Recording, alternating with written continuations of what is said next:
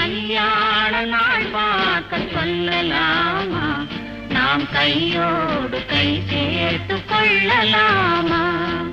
செல்லாத இடம் நோக்கி செல்லலாமா? சின்னாமல் சிதறாமல் அள்ளலாமா?